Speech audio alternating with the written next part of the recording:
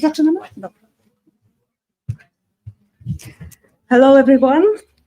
My name is Anna Stępień. I am Senior Business Analyst and also Webinar Coordinator in IIB Poland chapter. It is my pleasure to welcome you to our educational event organized by Andersen IT Community and IIB Poland chapter. I'm glad that so many of you share our values and you came here to learn, share your experience, network, and have fun together. I'm also happy that we meet in such a beautiful venue, which makes this meetup experience even better. The world of business analysis is rapidly changing under the influence of AI. So now it's high time to adapt to the new reality. How exactly? Learn from our speakers. As a reminder, you will be able to ask your questions to the speaker after his or her presentation. To do this, you need to raise your hand, and I will come to you with that small microphone because this will let our online audience to hear your question. Online viewers can ask questions in the YouTube chat room. We will ask all submitted questions to the speaker at the end of the presentation. So the agenda for today's event is following. We have two speakers today. The first one is Sviatlana Varabyova, Senior Business Analyst at Andersen. Her speech is titled The Evolving Role of the IT Business Analyst in the Age of AI. Then I will invite on the stage Tomasz Plebanski, Business Analysis Manager, also Head of Business Analysis and Product Management Discipline at EPAM Systems. Tomasz will give us a speech titled AI for Smarter Business Analysis, Practical Use Cases and Insights. The last point of today's agenda is networking. It is a time for you to get to know each other, to talk, and enjoy the snacks prepared by organizers. So, welcome the first speaker, Sviatlana Varabyova, a seasoned BA at Andersen Lab with over 11 years of experience, specializing in fintech domain. Sviatlana, the stage is yours. Yeah. Thank you. So let's switch slides. Okay, so something went wrong. Okay, could you help me? Thanks. So it's fell asleep. Yeah, so hopefully our presentation will be interesting and nobody will fall asleep. We will pass to my presentation. So first of all, I would like to ask all of you a question, like, have you ever wondered if AI one day could do your job? If yes, then it's probably the right place for you to spend the evening tonight, right? So actually, recently, McKinsey and Company report caught my eye, and they stated that by 2030, almost 30% of analytical tasks would be like AI would be able to perform almost 30% of analytical tasks. Like, if we will think about that, it's almost 1/3 of all our like analytical responsibility. So it could be a little bit uneasy to think about that, and we can feel uncomfortable. But I just want to say that you're not alone. Yeah, don't feel alone. Everybody feels the same way. So, but today we are going to shift a little bit our perspective, and we will discuss actually how we can benefit from this new, like from this AI arise. Yeah, so not to be nervous about that. Oh, it's about me. Yeah, so photo is processed by AI, by the way. Looks better than in reality. But nevertheless, it's still me. Okay, so let's proceed then to the presentation. So first of all, I would like to start from discussing a little bit the terminology which we are using when we're talking about AI. So AI stands for artificial intelligence, and it means like enabling machines to perform some tasks which traditionally were performed by human because they needed some reasoning or some decision making or learning from experience, which was like only available for human beings. Then I believe that you are familiar with the next like concept, which is called machine learning, which lies on the base of all this AI topic. Yeah, because thanks to this machine learning, people were able to learn machines based on the data, like they just analyze the data without explicit programming. So it made the whole development process much easier, yeah, because like we don't need to spend so much time on code writing. The next terminology is deep learning, yeah. So, and this is already about handling some complex recognition tasks when we need to recognize some images or voice or something like that, some videos and so on, yeah. And like what helped most of all, in my opinion, to develop AI is natural language processing, because it makes AI available for everyone, even those who don't have any programming skills, right? Because like all this deep learning and everything still was available only for programmers, yeah. So, but while they taught AI to understand this like human language, that allowed us to use all these AI chats, ChatGPT, Gemini, so a lot of them in our day-to-day life. So, and all these like words which I just mentioned, all these concepts, they sounded futuristic not so long time ago, yeah. So we could imagine them only in like, I don't know, like Terminator movie, yeah. So or how it's called exactly. So, but now they're not anymore. They're just part of our reality. AI is already transforming organizations drastically, yeah. So like we can think about some chatbots, we can think about some data procession, like a lot of things which make like organization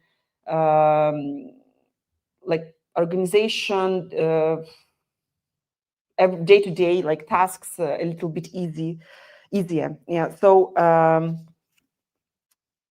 and actually all these like concepts are built on one like on data, yeah. So we need to and to evaluate to ensure that this AI world is evolving properly in proper direction. We need to ensure the data is accessible, the data has sufficient quality and so on. Otherwise, it's not like futuristic anymore. It becomes some kind of bubble, yeah. So and speaking about opportunities, according to Forbes report, 83% of companies already state that AI, like implementing AI into their processes, is their #1 priority. Yeah, so it means that leveraging these skills and like growing these skills among our skills is essential for us not to be lost in this world. So next one. So with all this in mind, let's talk about the evolution of our profession, right? So our main responsibilities were like gathering requirements, documenting them, then ensuring like clear communication between business and technical teams, and they stay valuable, of course, yeah. So, but AI is transforming our responsibilities. We can already automate, we can already use AI to perform some routine tasks, which allow us to concentrate mostly on some like innovation approach, like on thinking of some innovation approaches, yeah, of thinking how on some like to spend our time thinking about some strategic changes which could be done in the organizations we're working at. We can become like strategic advisors, not just analysts. Yeah, we won't just analyze and create reports and spend all our time on that. We can already think about what outcomes this report gives to us, what useful information we could get from this report, and how we can use this report to move our organizations further.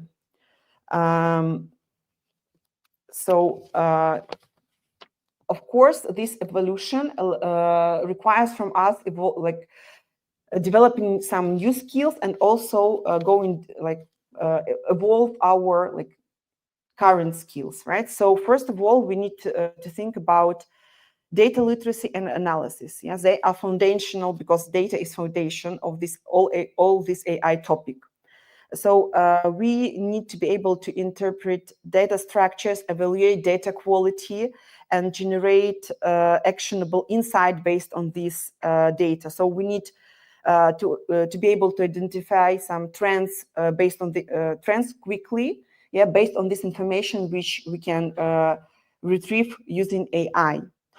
So second very important skill is foundational understanding of all these AI concepts, and we can already check it, yeah, because we just discussed it and now everybody understands. But actually it's necessary because it doesn't require us becoming AI experts, but we need to navigate comfortably in all these terms in order to communicate clearly with our technical teams, yeah, which probably know a little bit more about all this AI stuff. Thirdly, I would like to highlight that we need to be able to raise some ethical considerations and understand, identify biases in some in AI, and safeguard data privacy, and also advocate for these ethical practices in AI. So to talk about probably to explain a little bit more what I mean by biases. Yeah, for example, we know that nowadays a lot of companies use AI for HR processes, for hiring processes, and so on. And actually, we need to make sure that we do not discriminate anyone while we are enabling these AI tools into our process. So they are not using any biases while making decisions, right? So this is what I mean by ethical considerations, first of all. Then two last points are collaboration and change management. They're a little bit related to each other. So we need to be catalysts of this AI adoption in the companies. And but at the same time, we need to understand that some people could be scared by all these technologies. Yeah, so probably we are modern people. We all understand how we can benefit from AI, but it doesn't mean that all the people understand that. Some people could be afraid. Some people could be afraid that they will be fired just because of this AI. So we need to be able to explain how the whole company and those people could benefit from these AI tools and AI technologies. Where could we use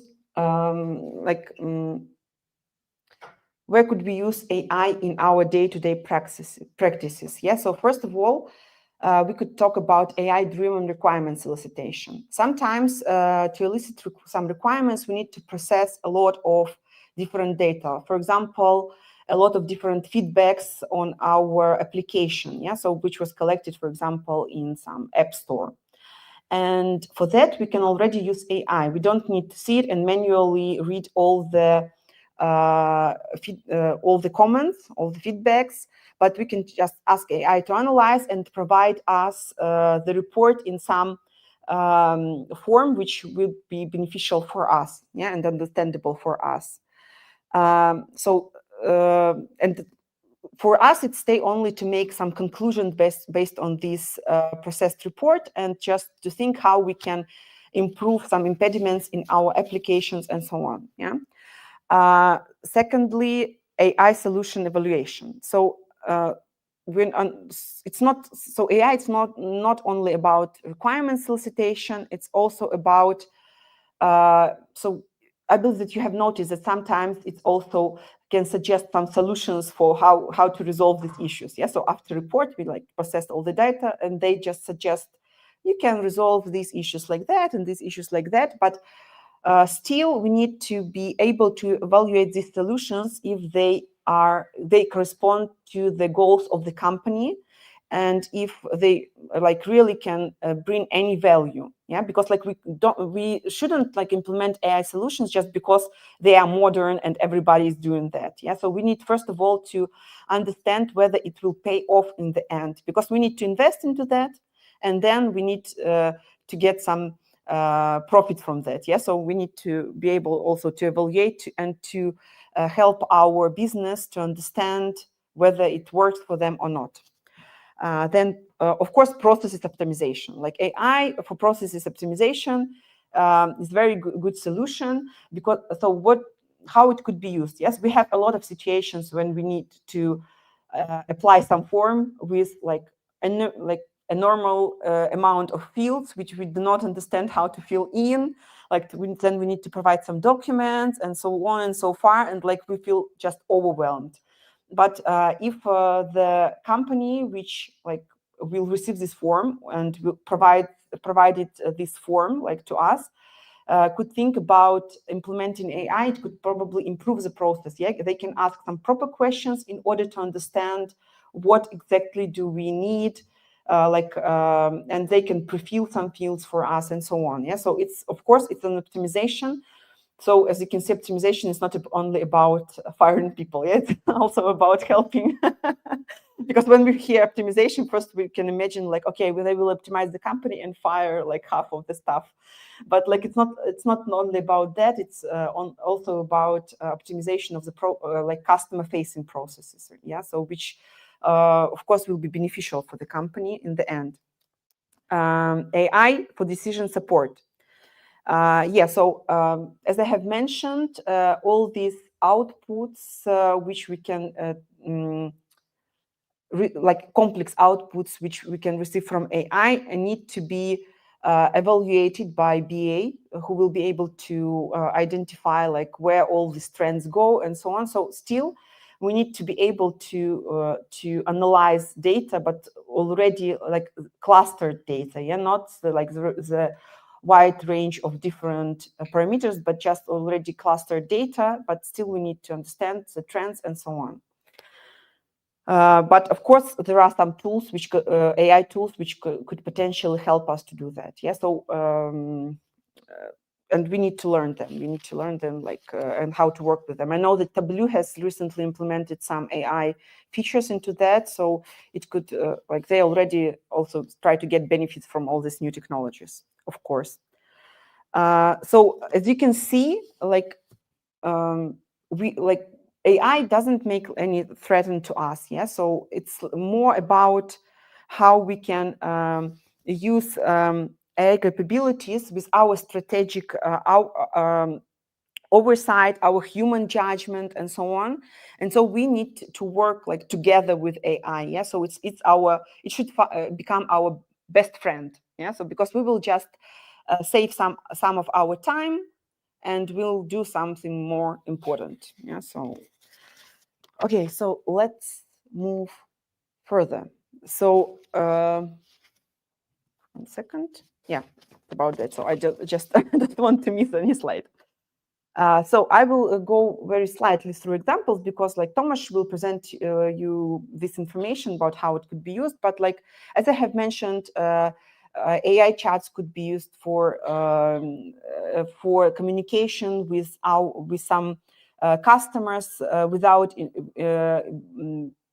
any like employees of the company to be involved in this process. We can simplify some forms. We can also automate some decision making. Yeah, so we can train AI to make decision making even in some like insurance or banking domains. Yeah, of course, they still need, like before that, we need to be very careful, as I have mentioned, with training this AI model, with thinking about prompts which need to provide to this model in order to get a correct output. But we can find a lot of successful stories of implementation of AI into different processes on the companies and the internet. And we need, but also there are some fails, of course. Yeah, so you can never like fails on only those people do not fail who do not do anything, and the same we can leverage to organizations level. So I will go further. Oh my God, sorry. Yeah, I would like to tell you some pity news. Yeah. Because everything was quite optimistic. But what I want to highlight that, like, of course, we have a lot of opportunities to develop where we can, like, a lot of directions where we can develop ourselves. We can become AI business analysts, AI product owners, AI product managers, and so on and so far, like AI consultants.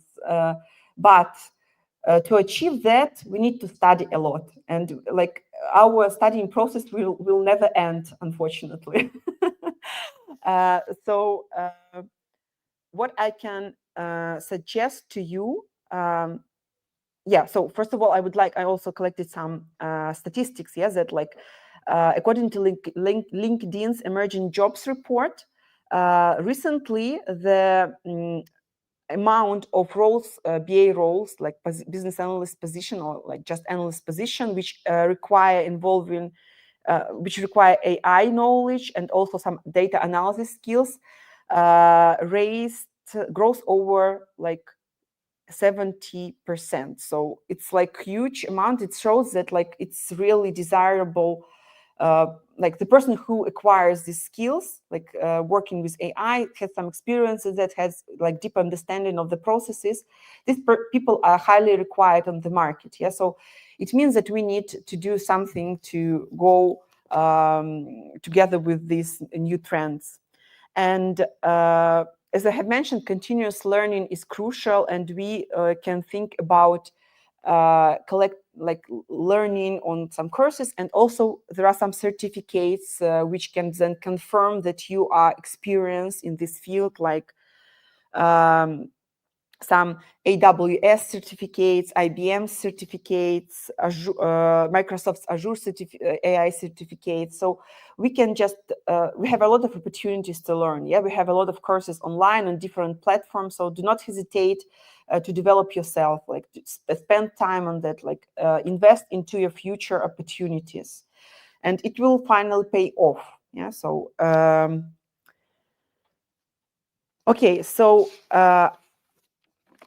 I like initially I wanted to go in some unusual way and ask questions first and then just make some conclusions.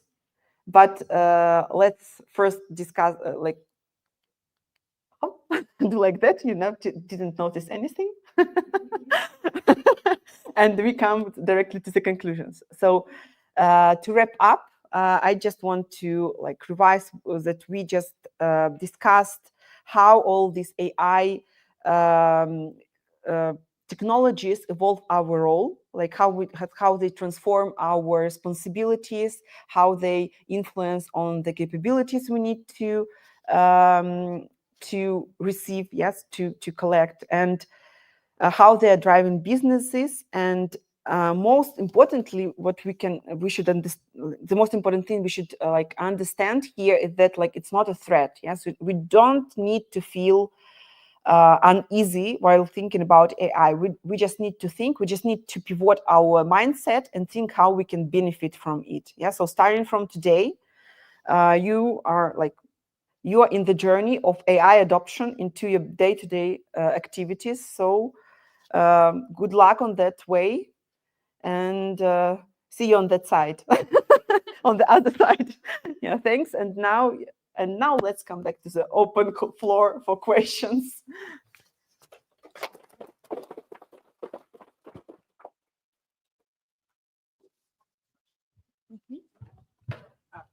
use a microphone. Okay. What about your personal experience with AI? How do you use it every day in your work? Maybe some hints you can share? Yeah. So I will be sincere with you that I'm quite like old school girl.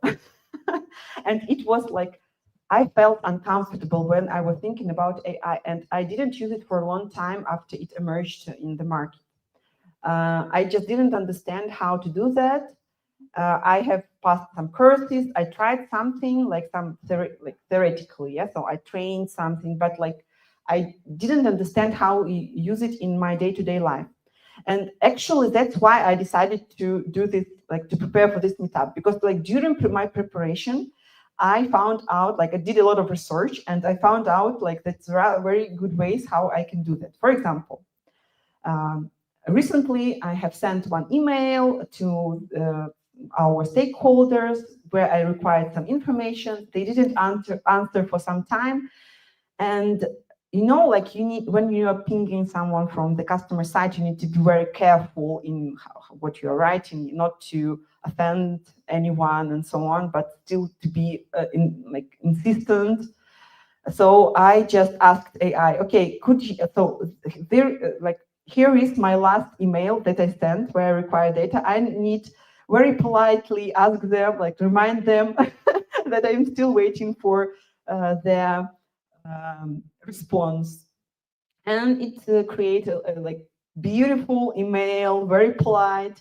And I also asked, like, could you also like use my language to create this email? So it and based on this like email that I sent, it created the email that really looks like I just wrote it. Yeah. So I spent like 5 minutes instead of half an hour thinking how to do it politely. Yeah. So I just fixed some things which I didn't like in this like AI email and just sent it successfully. Nobody was offended successfully, or luckily, and I received response on my like previous email, the information I required. This is the first like thing. Then like also recently, so probably you know about WCAG like accessibility guide, which we need like from starting from end of June, all the websites in Europe need to correspond to these new guidelines. And basically, we analyzed the application using some specific tool for accessibility assessment, and we found, like, we went page by page, like all the screens, and we identified like quite a long number of issues on all of these pages. Then I just asked AI, could you now cluster this long list into some into some groups actually? And it clustered and also generates me a beautiful diagram, which my product owner was happy to see because it's so beautiful. It looks so beautiful, and everybody was delighted with that. So I believe this is how we should use, because like if I just go through all these lines and try to group them by myself, I will spend a lot of time. Yeah, but it took me like literally 2 minutes to ask GPT to do that. Yeah, so and get correct output. So I believe it's like good like investment. 2 minutes instead, like, and I saved 28 minutes for other things. Yeah, so and a lot of similar stuff, like some routine tasks, let's say. Okay, maybe the following question. What AI tool would you like to create to help business analysts in their daily life or daily activities without threatening their future work? I would like to create an AI tool which will help our stakeholders to prioritize their requirements properly. Because from my experience, the most complicated part is to explain the business that we can't just deliver everything at the same moment, yeah, and they need to prioritize. So probably something like that. Yeah. But he asked just what I would like to. Yeah, he Vitaly didn't ask me about like some exact tool.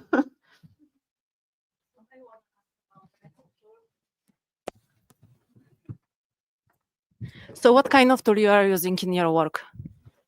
So actually, I'm using ChatGPT for my day-to-day, like my personal tasks, and also for some tasks which do not like break NDAs which I signed with my customer. But also, like if some sensitive data, I'm using AI tool presented like which was provided by our customer. They have their own tool. It's not so as good as ChatGPT, but still can cover some like basic things. And if, of course, if I need to be compliant with the NDA I have signed, sometimes I just need to use it. Yeah. So, for example, talking about web, like some web applications. Yeah. So, if we're talking about screens of this application which are publicly available, they are not under NDA. Yeah, because like I'm not breaking anything. Anybody can go and see those screens. But if we're talking about some architectural documentation or something like that, it's already like, or API documentation. Internal API documentation, because again, if it's publicly available, it doesn't break. I'm not breaking NDA while I'm using ChatGPT, like publicly available ChatGPT. But if it's something which is not publicly available from my customer side, it's so I can't break NDA and share it to outside of the company. How you ideate with ChatGPT? Because this is something you didn't create. Like new solution. Let's say you have a new feature. Can you, for example, create your requirements with ChatGPT? We can ask, so for example, example with this accessibility. Yeah, so we needed to implement screen reader. So, and I never worked with that before. Yeah, so I had no idea how to write these requirements properly so that they're understandable and so on. So of course I'm doing this investigation. I asked ChatGPT also to suggest me the format in which like I can write this user story, and especially not the user story itself, but acceptance criteria, and also what I need to like to consider while writing, not to miss anything. You can also, for example, share publicly available screenshots and ask to, like, even to create this user story, like, or to create template for this user story based on your screenshots, and then just enrich it with some additional data and so on. So yeah, so it's not that you are like always searching for some solutions in AI, but some if you are not like familiar with some technologies or some like concepts like accessibility, you can also always benefit from AI. Yeah? So you can ask it to do to give you a piece of advice regarding that.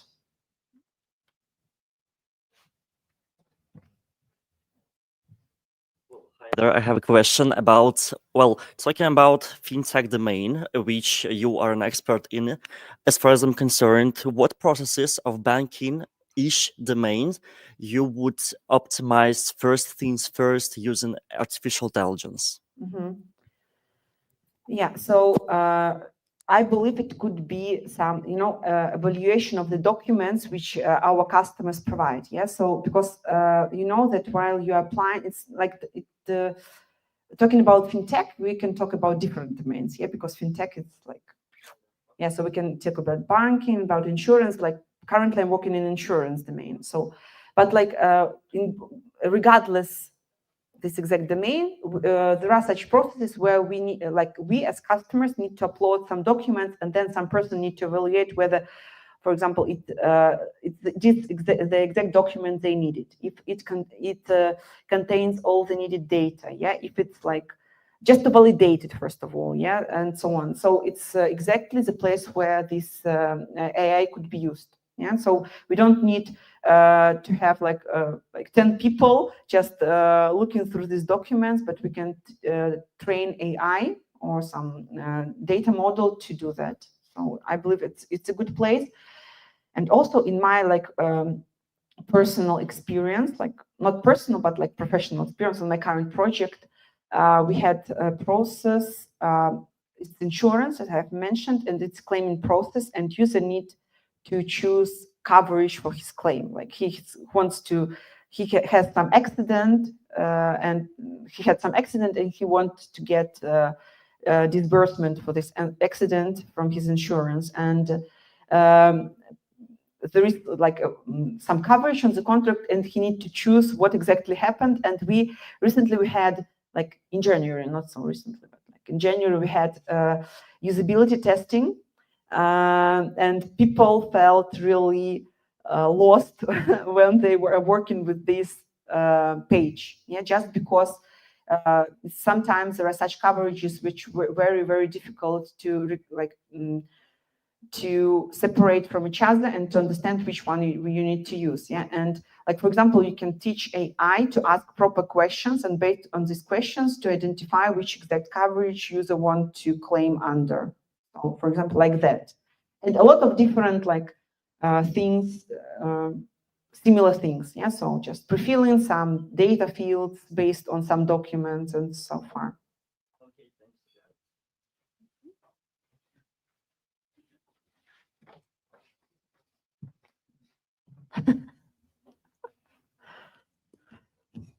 I believe it should be some funny question, no? Yes. Okay. I see it on your face. It's on your face. How often do you say thank you to your chat? I've read this like news, this this article, so I do not anymore. I want to be eco-friendly. Yeah.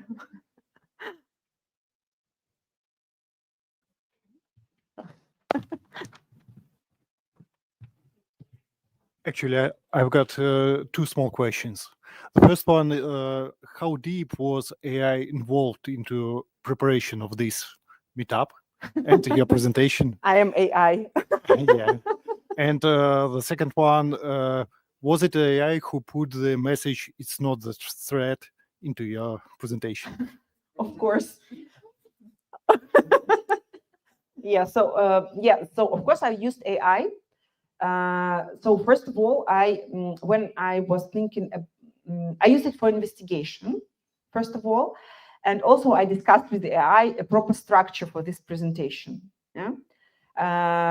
Then I have written some, like I investigated and I have written some articles, and I asked the AI to be a to check whether everything is clear and so on. Yeah, so it's like went through my like text and also fixed some English spelling issues and so on, like, and because I'm not a native speaker and I could sound weirdly sometimes. So yeah, and then also like I benefit a lot while I was preparing presentation, because like it's for me like when I was participating like based on my previous experience participating in some meetups, the most complicated part is to think of the presentation. Yeah, how to do the presentation in such a way that it's like interesting, not too overwhelmed, but still presents a lot.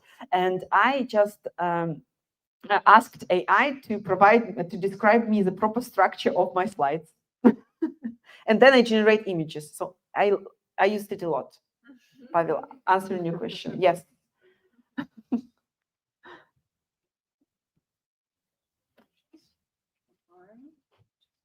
So that's all, yeah? All? No, one more Just question. questions from Someone is waving. online audience. Someone is waving on One more, okay. Yeah.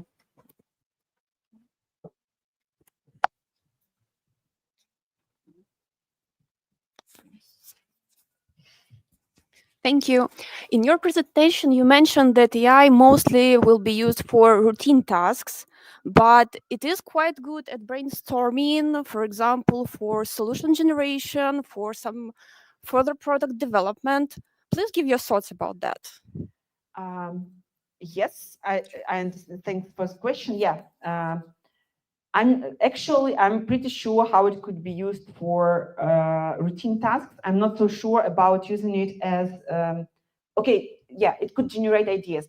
Even while I was talking about this presentation, I discussed with AI, proper structure and so on. But still, the solutions like I'm not sure that AI is so good on evaluating the proper solution based on trade-offs. I'm not sure that it could provide, like, do this trade-off to find like some solution which can fit all the needs and will match all the requirements, especially non-functional, all non-functional requirements. Because you know that when we are choosing a solution, especially considering some non-functional requirements, it's always a trade-off, and we always accept some risks while choosing one of the options which we have. Yeah, so I'm not so sure. And also, I know that AI still hallucinates a lot, and I also faced it while preparing for the for this meetup,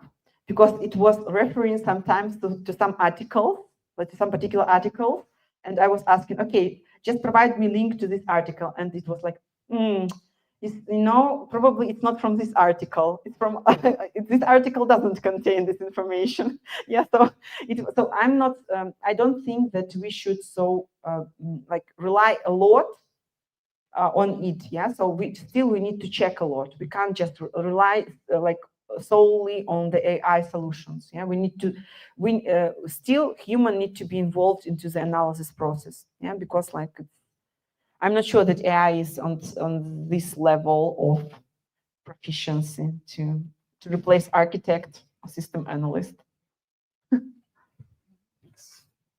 So the real question, will AI replace the business analyst? Yeah. Well, can I take for some moment the microphone? Yeah. Sure.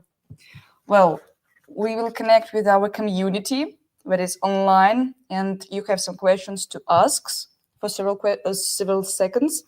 And now you can see on this wonderful picture some QR codes, black white ones. Yeah, you can join the community. Yeah, to share your experience, expertise, and find some best practices of the business and system analysis. So join, please. And now we have some questions from our online audience. Let me keep it. Thank you so much. That helps me. The only question is, yeah, AI cannot replace BASA, but can you recommend some AI that can be used in routine BASA work? Let's summarize, I guess. Yeah, so we will summarize it. It depends on the particular task which you need to perform using AI. So if you are not limited by NDA, you can use any of them. Yeah, so but if you are limited, then you need to be really careful not to break it, because I'm sure that consequences won't be so bright. So it depends. Yes, really. yeah. But like I'm using ChatGPT and sometimes like Gemini. I guess Copilot is also one of the most popular ones nowadays. Yeah, sometimes you can use it. Yeah, but I don't. So as I have mentioned, I'm just newcomer to this AI world. I'm not so proficient, probably so. Unfortunately, but I'm trying to develop, because I understood while preparing to this presentation that it's really beneficial for me. You're lying. You're the real AI. We know that. So thank you so much. Yeah, I'll send it. Yeah, thank you so much. Thank you, Sviatlana.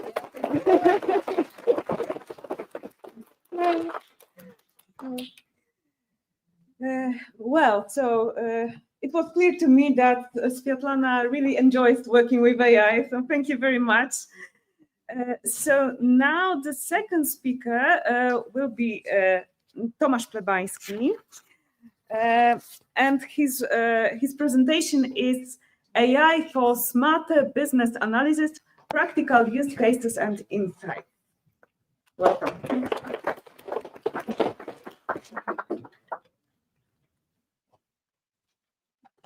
All right.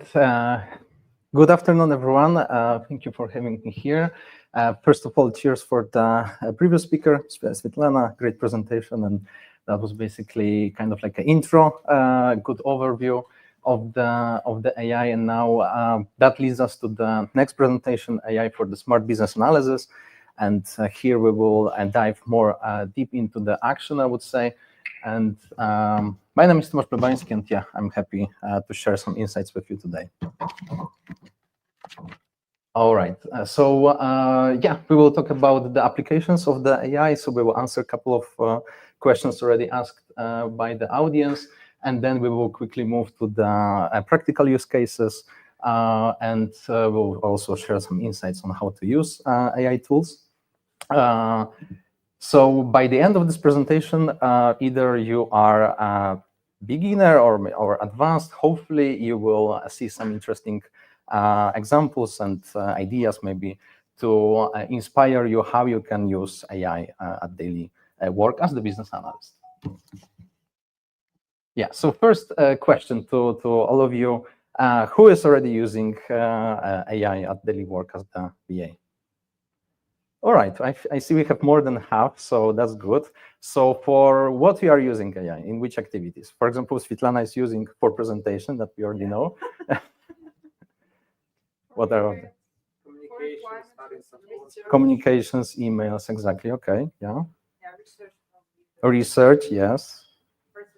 Something like regulatory requirements, and go through long documents, just ask AI to summarize a particular page. I normally give the direct link, so it will hallucinate. This is less. Yeah.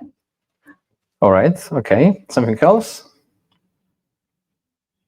All right, yeah, so the next slide, here basically what I want to present that in theory, of course, depending on the use case, in theory, we could be using AI in almost every BA activities, right? It all depends on again, the use case, but AI can help us enhance our data-driven decision-making. And by this, we can have better insights, we can generate better ideas, we can check if we didn't miss anything, we can validate the logic used, so we can make better decisions because we understand the data in a better way, and then we can also consult our clients in the more efficient way. What was already said today, automate repetitive tasks.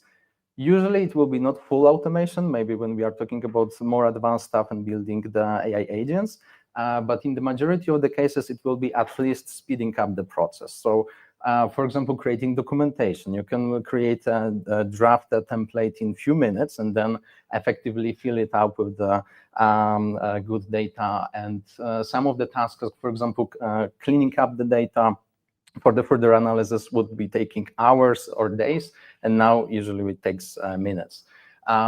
Problem solving capabilities, basically, in my opinion, one of the most important BA skill set. AI can take it on the next level. We can solve more complex problems. We can solve problems faster and on a better new way. We can generate new ideas. We can conduct the gap analysis. We can do comparing the requirements, for example, looking for the inconsistencies and things like this. Then we have the complex data handling and analysis. So with the AI, now almost every BA have at least some of the data analytics skill set available for free. And before, handling the large data sets was usually limited to the people who knew at least to write a bit of Python scripts, for example. Now it's much easier, more appealing for every BA to handle larger complex data sets and also the complex documentation, right? So we can review 200-page document and make a summary, which of course later we still need to read it. AI will not fully replace that because it makes mistakes, but it provides some summary for us and also helps us to categorize things. Then we have analysis insights from the unstructured data. Also what was said on the previous presentation, for example, the customer feedbacks, customer comments, right, where we can analyze that very efficiently, make a report, sentiment analysis, where we can compare hundreds of records at the same time. Usually it would take us a lot of time to go it through manually. And last, stakeholder communication, also what was mentioned here, I think the most basics, which most of you are using, most of we are using, right? For example, emails, right? Writing messages, translating, right, for the non-English speakers, verifying if our grammar is correct, if our structure of the communication is correct, but also with the AI, we can better visualize data, right? So we can create diagrams, we can create pictures for the presentations, but also we can create UI mockups, right? So it helps us to visualize things and what it means. Then we can present it in a nicer way to the customers, right? So we can enhance this communication and relationship with all the stakeholders here. So now let's move to another question. Right. So in the context of using AI tools during the work for clients, what is the most common obstacle BA can face? And yes, that is the correct answer. Exactly. So main obstacle is privacy and the data security concerns. Right. So when we are working on the project for the client, clients may have some restrictions or fully not agreeing on use any data in any AI tool. For some of the domains are more regulated than others. For example, finance or fintech, right? It is much more heavily regulated than other domains. So, for example, the healthcare or any other which is using a lot of PMI data. So it really depends on the use case. Sometimes we can only work from the client resources on the client laptop. If the client does not have any AI tool, then we simply cannot utilize it that much. Sometimes we can, for example, still whatever is shared with us on the meeting, right? So for example, we have a recording, we have transcript, so we can then use it for creating meeting notes and at least, even if we are not able to use anything from the client, then at least sometimes we can use some anonymized generic context and still have some insight based on that. So with that disclaimer, we can move to the practical examples. And I'm really sorry for the back road, if you will be able to see. So here I will be sharing with you prompts and also the outputs. So in this example, first is market research, right? So it was already also shared by you. A great example to use AI for. So in this case, we are giving the role, act as the business analyst with the expertise in market research. Your task is to conduct market research to identify potential solutions. And here we have food delivery platform. This is our client. In the output, provide comparison in tabular format, right? So we're giving information about the format of the output. Then we are giving some instructions. So include areas, and here I listed right what are the what we want as the base of this market research. All right, so what we are actually checking and comparing.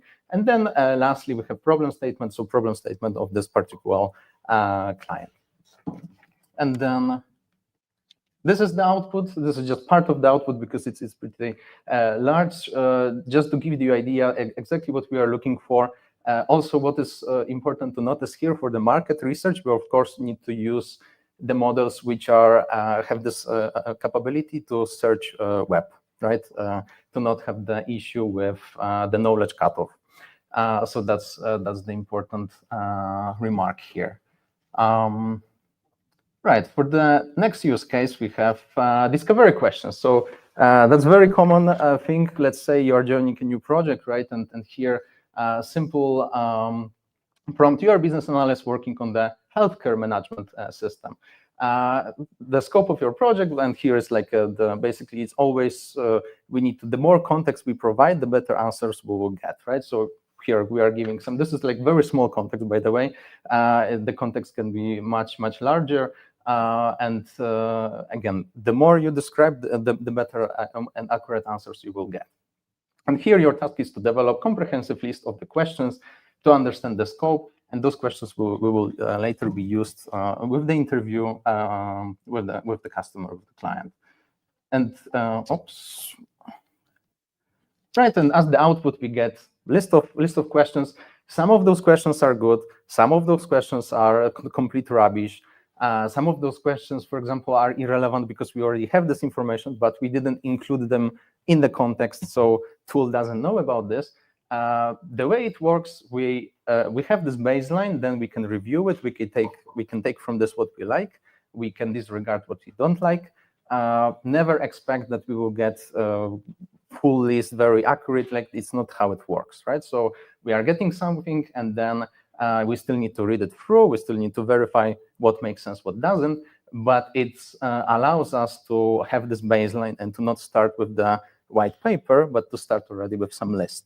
So it speeds up the process tremendously, and usually this first step is the hardest, right? And basically AI can do it for us. Here's another example also on the discover questions. So a bit more complex, like here you are product owner actually reviewing the proposal document. So here we just joined the project after the pre-sales. There was some proposal document shared with the customer from the pre-sales team. We just received it. We need to study it before we will conduct our discovery sessions with the customer and ask questions, right? So here, giving the context, then as you can see, your task as follows. So here, the tasks for the model are split into steps, right? Which model will do one after another. And lastly, we have deliverables, right? So also providing the output, what we want to achieve here. At the very last, you can see a triple quote. So then there's a place to insert the quote. So we can use this as the template, right? And use a different set of quotes from that document into that prompt. So this is how it looks like when we get the information, right? So we have some scope definition, dependencies, assumptions, risks, stakeholders, exactly everything what we were asking, and also the questions. And again, some of those questions are good, some of those questions are complete rubbish, but that's the whole point, that we need to still read it through and then verify what makes sense, what doesn't. Okay, meeting transcript. So that is basically meeting transcript. The easiest prompt can be summarize this meeting for me, or like create the meeting notes after the meeting, right? So in majority of cases, this could be enough because the models are already smart enough to make pretty nice meeting summaries. But in the longer conversations with more stakeholders, or when we want to be more precise, we can extend the prompt. And we can always like ask specifically what we want, in which order we want, right? So list the participant list, describe the issues which were discussed and their answers, action items. And then for each action item, write a description with the Jira ticket. And then also the format of the Jira ticket we want to use here, right? So summary, description, definition of ready, definition of done, due date, AFAQ applicable. And then transcript of the meeting, and then here we are inserting the transcript of the meeting. It can work, we can just copy paste the transcript, or we can attach the file. Both ways works. Right, and this is our output, right? So we have the exactly what we were asking for here. Another example, maybe very, very complex. I had to split it for the 2 slides. So this is just the example of how long can be the prompt. For some cases, like very big meetings with a lot of stakeholders, big meetings, I mean long meetings, when there is a lot of different subjects being mentioned, then create a meeting summary might be not enough. And then we are providing bigger context here. We are providing more detailed instructions. Also chain of thoughts. So again, we are splitting the tasks for the model. So for example, follow those steps before answering. Review the transcript, right? Then we have a couple of them. Create the summary. Then identify a list, any action points. Then make some final adjustments, right? So we are asking model to analyze, to create something, then to think again, to edit it. We can do all of that. Then we can also provide some examples of what to not do. So what to avoid, what to never mention, what to what to simply never use, for example, informal language and things like this. Those guardrails sometimes are when we are using the tool. Maybe sometimes it's overkill. We don't need it that many of them. But however, when we are talking, for example, on the solutions for the clients or solutions which are facing the customers, then definitely guardrails are a very big topic in the prompts. Documents, right? So I already mentioned that, right? So let's say we need to create here solution requirement specification document. We don't have any template available for us, and maybe looking for the template will take more time than writing a prompt. So here we can write a prompt. We can ask for the template, right? Here we are already also asking for filling up this template with some data, giving like a basic structure of the document, changelog, business glossary, functional requirements, design mockups, data model, KPI metrics. By the way, the prompt before that, we could, for example, ask solution requirement specification document, which areas should be covered in that document, right? And then usually it would answer us with this. Then we can use another prompt or simply say, okay, generate that for me. So we are getting the nice document in the nice format. The step after that would be, once we have the appropriate data to fill, because we ask to fill just with some rubbish data, then we can simply ask, now fill this data which we are now providing to this document. So we can update, edit documents very fast and efficient. Diagrams. Diagrams is a very big topic, and there are multiple ways of doing that. So here I'm just sharing the one. There are also dedicated tools for diagramming. So for example, here you are a business analyst who participated in client meeting. So we will be making the diagram based on the transcript. Your task is to create activity diagram using plant UML syntax. So here, asking the model to create specific code block, plant UML, and based on the transcript. And this is the output, exactly what we wanted. And then this output we can copy paste to the plantuml.com and get such diagram. Well, maybe it's not the most pretty, but it's very fast to achieve and to build. And then we can take it as the starting point. We can prettify it with the different tool. And the most important is that it's pretty accurate, right? It's not always correct, right? But it's usually pretty accurate here. All right, the last example for today.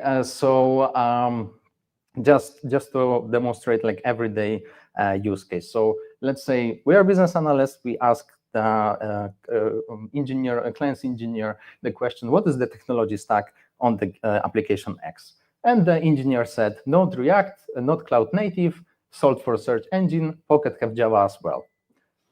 Pretty clear answer for the technical people.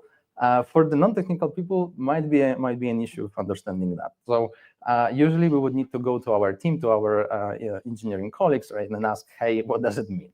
But now we can just use the prompt. Here you are expert in software development. We are no longer BA, right? With strong knowledge in software architecture and engineering. Your task is to analyze notes about the technology stack for the application X, provided a clear, detailed summary that explained it in simple terms for non-technical audience. Right? And then note, triple quotes, just providing the quote there. And this is the result. So we are getting the very nice explanation, not only showing us what each technology is doing, but also showing us which each technology is doing for this given application. So it can enhance this part tremendously. So basically, we can be using AI tools even for a task like this, right? one of the most trivial, for example, one of even my boss, my manager, asked me something, and then I am also using ChatGPT sometimes. What did he mean by that? Yeah. All right, so I think that's all from the examples for today. So now, yeah, some insights on AI tools, right? So which AI tools? Because it's all about knowing how to use the tools, but also which tools to use. So obvious thing is for the platform consistency. What does it mean? Whatever our company and our client is using. So for example, we are working with the customer who is using Microsoft Azure, right? So obviously we will be using the Azure AI features instead of the AWS and vice versa, right? So it just makes sense to use whatever we have access for. There are many different tools. Here I'm just listing a couple of them. There's really much more of independent tools. The biggest players, of course, Microsoft, AWS, and Google, but we have also other independent products. We have AI features in, for example, we have AI plugin in Jira. We have AI features, basically, like, for example, diagramming, Miro AI, right? And more those applications, those software are including the AI features there. What is very important in using what is like second disclaimer here is to pay close attention to the credibility of the app developers, right? So especially when we are talking about independent AI products. And also, additionally, we need to understand sometimes like some end agents and some integrations. So, for example, the most popular is ChatGPT. I was also using today's example on the ChatGPT. So we are entering the platform, ChatGPT platform, and then not everything there is developed by the creators of the platform. So some of the agents can be developed by the third-party companies, right? And what it means just additional risk for us for the data security. So this is very important to understand. All right, and here I think we are very close. We are basically concluding the talk. So in the summary, AI tools are not here to replace us, are basically here to evolve the way we are working. Those are tools. When we are talking about AI, we are not talking about some third being, some third mysterious entity. We are talking about tools. Those tools are becoming much more efficient, but most of all, these tools are allowing BAs to be more efficient at work, to be more accurate, and to be more strategic.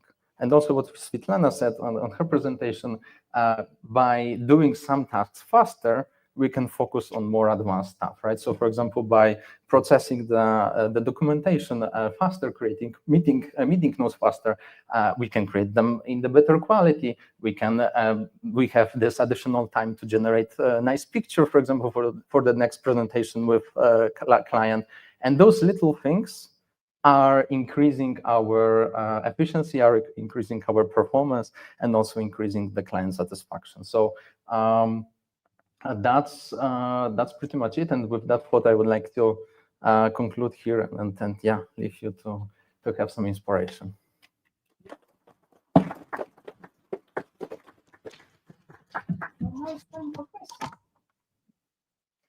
And yeah, if we have any questions, we have to answer.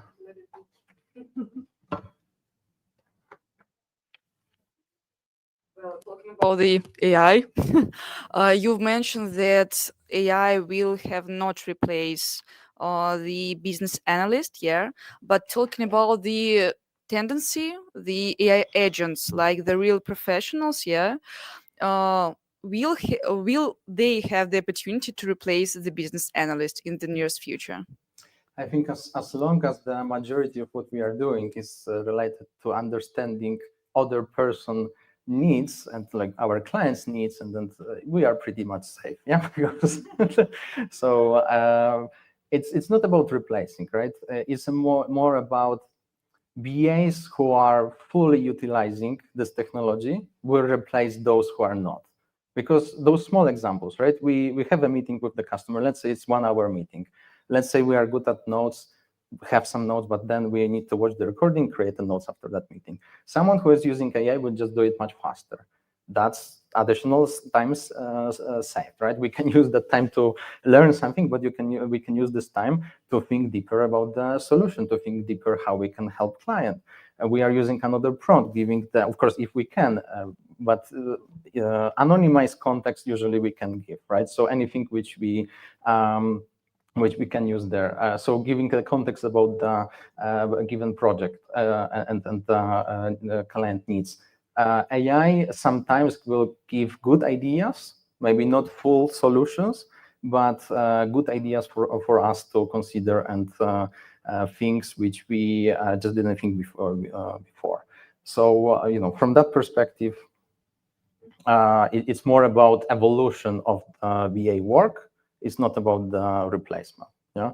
Because like majority of the BA work is just talking with the stakeholders, right? Discussing, like connecting those things, and just BAs who are fully utilizing AI will be doing that much more efficient, but not only faster, but just taking this on another level. Because, for example, creating a demo, right? Usually BAs are responsible for conducting a demo session for end of sprint.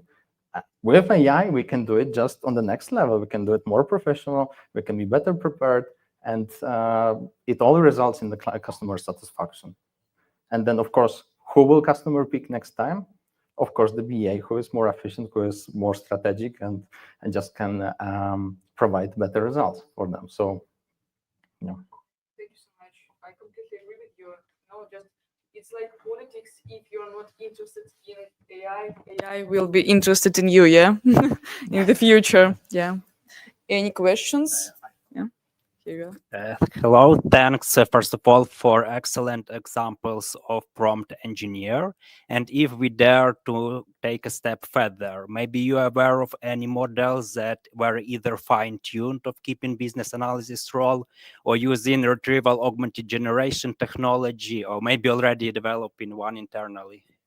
Okay, good. Yeah, so where I work in EPAM systems, we're pretty much very advanced in that. For example, I was not listing here our tools, but for example, we have 2 dedicated tools for the BAs already, which are very much automating the BA work and really streamlining the process of the requirements analysis and the user story creation, for example, right? So yes, in my case, it's already happening. We are using that a lot.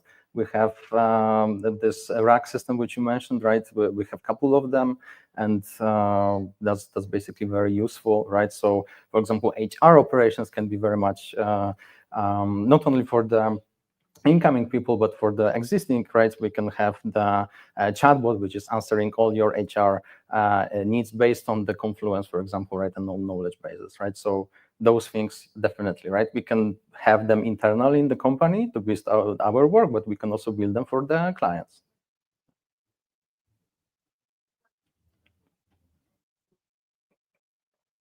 Yeah, let's see if we have some questions in our online audience. Yes, I can see just some positive emotions about the event. So I guess that's enough talking about, yeah, the AI and the business analyst connected to AI. I want to say thank you to both speakers. And now, I guess, after all the discussed, we gave some questions and points to be discussed. And now, just here we are, the kitchen, or the place where we connect, interact with each other, and discuss some interesting points. So thank you so much for today's. Yeah. Thank you. Thank you very much. I just wanted to invite all of you to IIBA Poland Summit, the biggest conference for business analyst professionals in Poland. This year it will take place at 7th of October. We already have open call for speakers. It ends by the end of May, so all of you are invited, or if you know anybody wanted to speak on the conference, everybody is welcome. And if you wonder how to prepare a winning application, or you have any questions related to the conference, you are invited to the online session, Community Connect, that is on May 28th. The registration is possible through our webpage, poland.iiba.org. So I invite all of you. So thank you for the presentation. So now let's do some networking. Thank you very much for your attendance.